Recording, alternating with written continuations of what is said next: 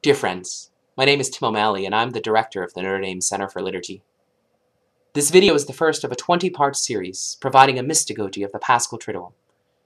Yet before we chew upon the signs of these liturgies, hoping to savor the mysteries they represent, I thought it might be prudent to set forth the mystagogical method guiding my reflections. So let us begin. The flourishing of the RCIA in the United States is one of the true successes of the post-conciliar liturgical and catechetical renewals. Yet if there's one feature of the rite that is lacking, it'd have to be post-baptismal mystagogical formation. Indeed, the inadequate attention to mystagogy has been bemoaned by liturgical theologians, catechists, and pastoral ministers since the implementation of the rite. Often the diagnosis of our inadequate mystagogical formation generally involves our faulty conception of the sacraments of initiation as the reward for graduating from RCIA. That once school is over, it's impossible to gather the neophytes back together. For if the second graders aren't meeting, can we really ask the adults? However, let me suggest another source of this problem.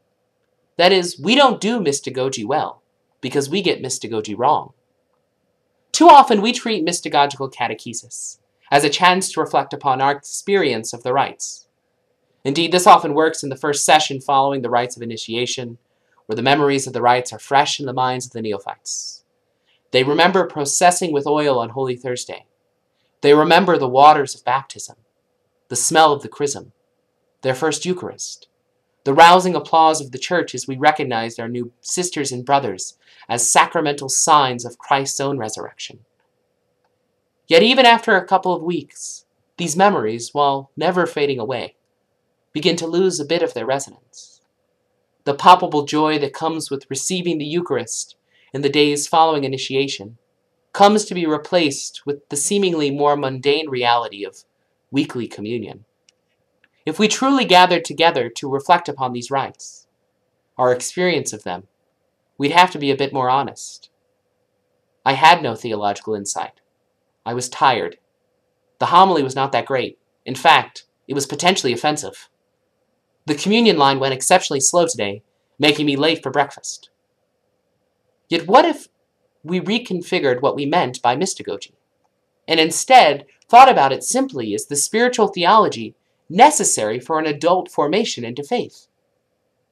The Catechism of the Catholic Church makes a similar point. Defining liturgical catechesis, it states, liturgical catechesis aims to initiate people into the mystery of Christ.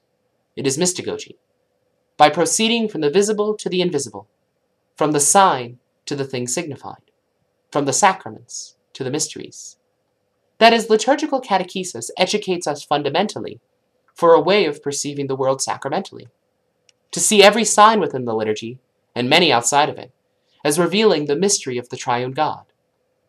Mystagogy is theological reflection, and we don't have robust mystagogical catechesis, because for the most part in our parishes and churches, we don't reflect theologically.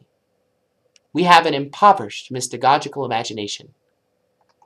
So the method that I'll be using in these series of videos is intended to teach a way of reflecting theologically upon the rites of liturgical prayer, to develop a mystagogical imagination. Indeed, its primary purpose is not to reflect upon our past experiences of this prayer. Rather, it's more akin to learning to read a text in a way that recognizes the subtle narrative underlying the author's use of images.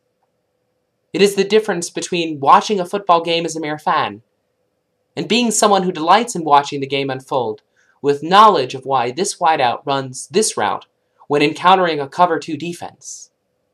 It is the appreciation that comes when we begin to perceive how Caravaggio uses chiaroscuro to highlight specific contrasts he wants the one taking in the painting to experience.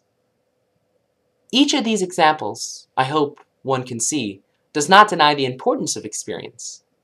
For the most wonderful texts, specifically the theological classics, reveal to us truths about the human condition that change the way we abide within the world.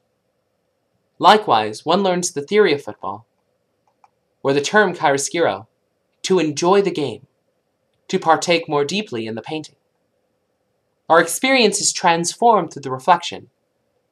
We perceive resonances where once we did not.